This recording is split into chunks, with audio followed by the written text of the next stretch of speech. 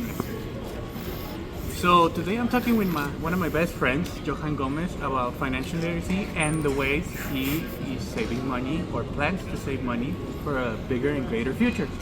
So tell me, Johan, what do you do when you have your paycheck, or I don't know, your deduction from taxes? I usually just like save it for later.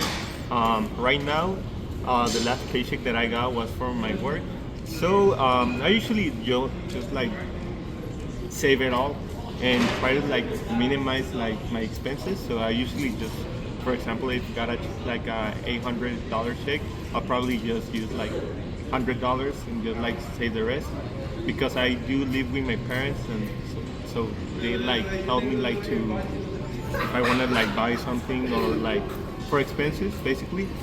So I have like the privilege to like don't spend that much money from my paychecks. So yeah, I usually just like save everything and just like use like $100.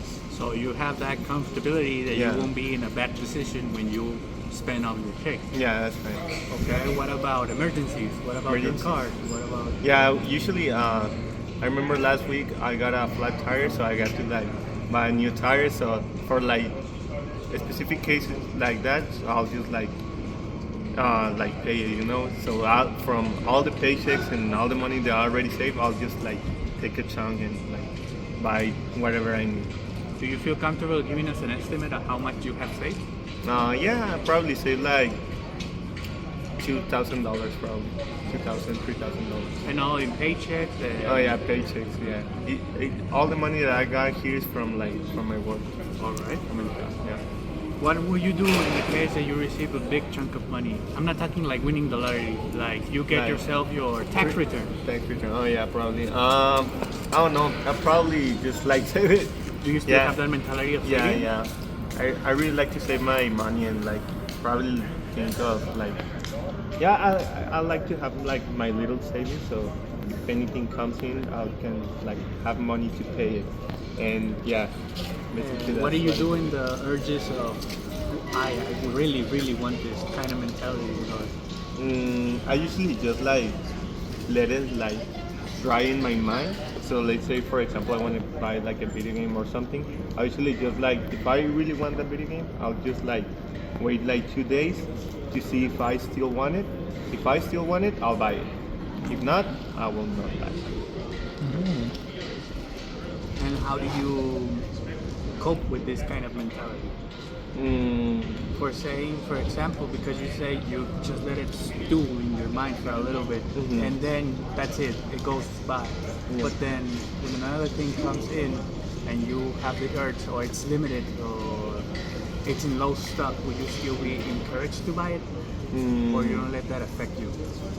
Yeah, it probably will affect me, because if I saw, let's say for example, a shoes and I really want them, and they said, I don't know, they are like limited, I'll probably be more tempted to buy it instead of they say like, oh, we do have stuff.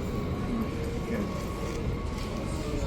Not for calling you easy to be manipulated, but you know that that's one of the tactics that Yeah, markets it's use. marketing tactic to say that there's like limited stock, so you are more tempted to buy whatever you're trying to buy. Would you put the blame on the private with the private sellers, or it will be the blame on you for buying that? Blame on me. Why? Yeah, because if you really, really need it, you will buy it. Because you know the difference between wants and needs, right? So it probably will be a want. Because if, let's say for example, I just cut my arm, I'll have to like fix my arm. That's like a need. Yeah, it's like a need. But let's say for example, I want to buy just some shoes because I want them. It's not really a need, so you like make a difference with it. And what time specifically do you consider, you know what, I kind of need a change? Either clothes, phone, etc., etc. Probably when, for example, when like clothes are like really super bad and dirty and they already have holes, I'll probably say that, yeah, I need some new clothes. Or sometimes I'll check like pictures and I see that I have like the same outfit, and I'll say, nah, I need to get new clothes.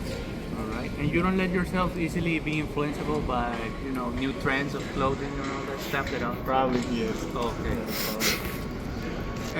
for every single time you change it, do you save the tickets? Do you do deductions? I throw them. I throw them away. So you just ignore your expenses? Yeah, I just not really, You're but I don't really like save tickets and all that kind of stuff. Yeah, I just throw them away. Just in case, I just save it if I'm not really sure if I'm gonna like keep the item. So last week I bought a backpack, and I'm not really sure if I'm going to like keep it. So I just keep the receipt just in case I just want to return it. Alright. And do you have the ability to move yourself around to return said item? Yeah. So it won't be a problem for you waste money on gas or Nah, it's transportation. Okay, one of the last and most important questions: where do you get this mentality of saving? Did it come from your parents? Did it From come my from your parents. friends? Yeah, from my parents. Yeah, most of the time they told me that just save money, and at best, if you can invest the money, that's good. But always like have some money saved just in case of an emergency. Any kind of quote-unquote investments that you had made? Not really. I just tried last semester to start selling the stickers. It didn't go that well.